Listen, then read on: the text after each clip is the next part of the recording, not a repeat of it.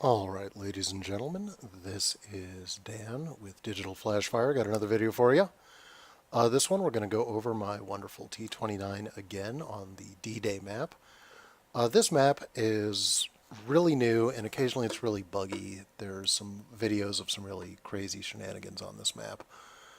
The big thing on this one is it looks like there's a lot of lanes. If you look at the map in the lower right, that looks like a lane, that looks like a lane, this one looks like a lane, this looks like a lane, and the beach looks like a lane. But really, it is not a lane map. You're going to see a little later on that if you try to stick in one lane and fight your way forward in that lane, other people can cut in behind your cover without you realizing it and just cancel your birthday. And you're going to see me do that in a little while. You're also going to see that I am top tier. If you look up here, I am in a tier 7 heavy tank. There's tier 7 to tier 5 on our side, tier 7 or tier 5 on the other side. Now, as top tier, you really want to be very careful how you play the game because you have the biggest responsibility. You are the guy who has to make or break the game for your team. And I'm in the right tank to do that. The T-29 is a beast. 105 millimeter gun, good penetration, above average damage. The turret has 279 millimeters of armor. That mantlet is huge and just absorbs shots. The cupola does have a little bit of a weak spot, but it's still about as tough as other people's turret. The side turret has good armor, except here at the back. The hull is usually regarded as having average to poor armor. It's actually above average. It's 102 millimeters. The Tiger 1 has 100 millimeters, and the Tiger 1's armor is flat. If you look, this armor is angled. It will deflect shots. The lower glacis is a joke. The lower glacis isn't going to absorb anything. The tracks will absorb some hits. The rear hull, well, if you're getting a shot in the rear, you're having a bad day. Now, I've got this tank set up. I've got it with the vents, which make my crew work faster. That makes them drive a little better, see a little farther, and shoot faster, which is really important, and aim faster. The other things I have is I have a rammer, which makes the gun load faster, which everyone likes. And, well, the enemy doesn't like it. And I have another piece of equipment in the tank that lets me shoot more accurately on the move. Having said that, I don't think I hit a shot on the move this whole battle, and some of them are just beyond point-blank shots. Now at this point, I'm following the KV, who's the other heavy tank on my team, the other top-tier heavy tank on my team. Some people are going down to the beach. We're going into this area, and if you look, I'm going to pause here, there's good cover up ahead of us, but there's also a ramp that drops down behind us. Keep that feature in mind. It's going to come up again. Up there is the windmill, and if you can get up there and hold that area, you can shoot down onto people, and that's kind of where you want to be. You'll see things are already getting mixed up. The other team has been very aggressive. They have some medium tanks moving up really fast. And if you look at the icons, I'm going to pause right here. So if you look, that's a tank destroyer. It's got below average armor and maneuverability usually, although the Hellcat is blisteringly fast. It also has no armor. They have very good guns. Heavy tanks have heavy everything. That's the 3 lines. 2 lines is a medium tank. Again, 2 lines there. The squares are artillery pieces. And single dot is a light tank, although I don't see any. I don't know if we even have any. So I'm moving up, and I am looking for opportunities to fight. Now I've got a BDR, which is a French tier 5 heavy. Put a shot into him, bounce a shot in return, or eat it with my tracks probably, and the BDR's dead. Our A43 has taken him out really fast. ARL, I don't even think I saw him at this point. I just ignore him because we have the Hellcat down here, and he's got friends. So at this point, I'm ignoring this fight up here because we have enough guys up here to deal with them. They have a tier 6 heavy, a premium, a pay for money tier 6 tank destroyer with a really good gun and a Hellcat with a really good gun. And I can nip in behind them. Now, they have really good cover against our guys, but they don't have much cover against me. I just cut in behind them, put a big shot into the SU-100. Reload, reload, reload. Put another big shot into the SU-100. You notice that I managed to avoid putting it into the really thick part of his gun mantlet. SU-100 gets killed.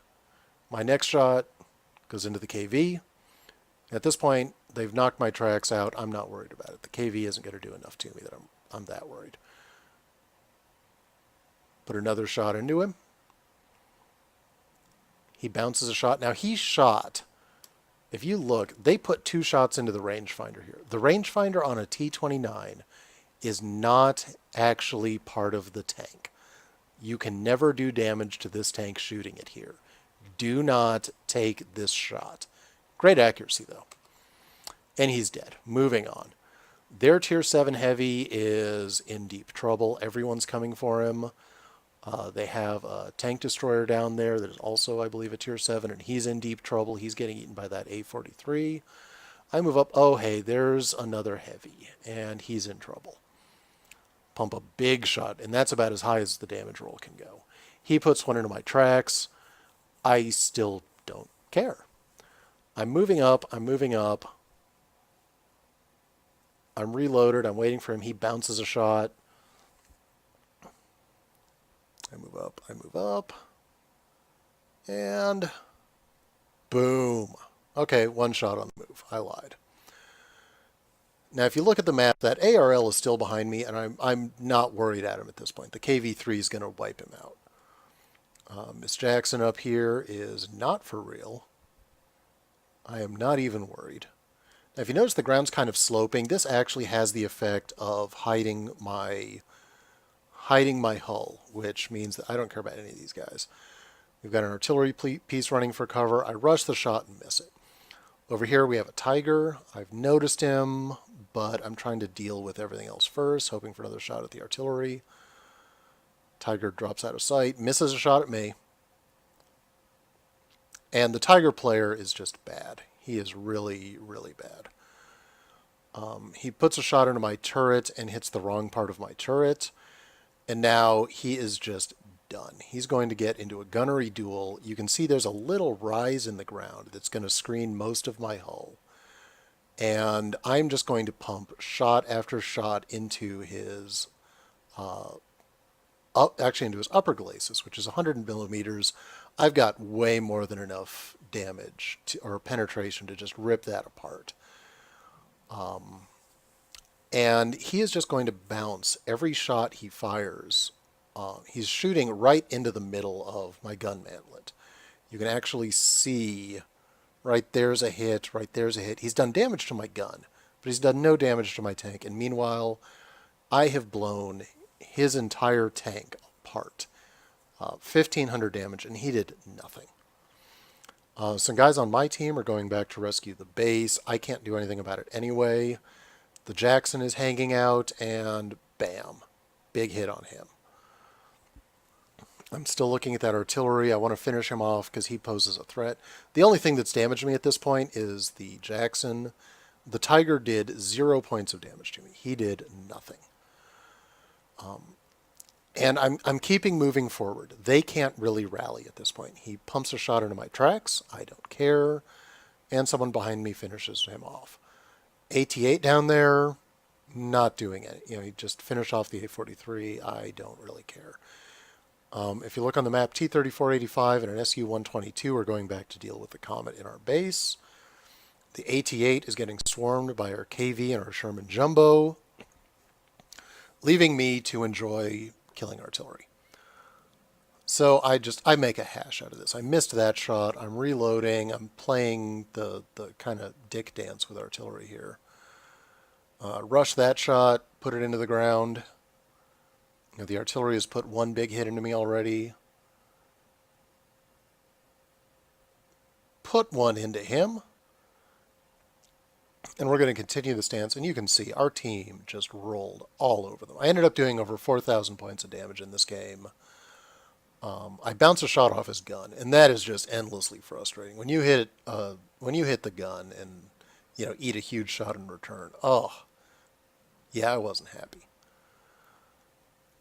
But I finish him off, 3 kills, actually over 4,000 damage. There's a shot up here that isn't totaled in that, and it was just a brutal pounding for the other team. We really crushed them. Just a really great game by everyone on the team, but especially by my favorite person, me. Anyway, this has been Dan for Digital.Flash.Fire. Have a great day, and thanks for watching the vid. Be sure to like, favorite, subscribe. You can find us on Twitter. You can find us on Facebook. And if you're watching this, you've already found us on YouTube. Have a great day.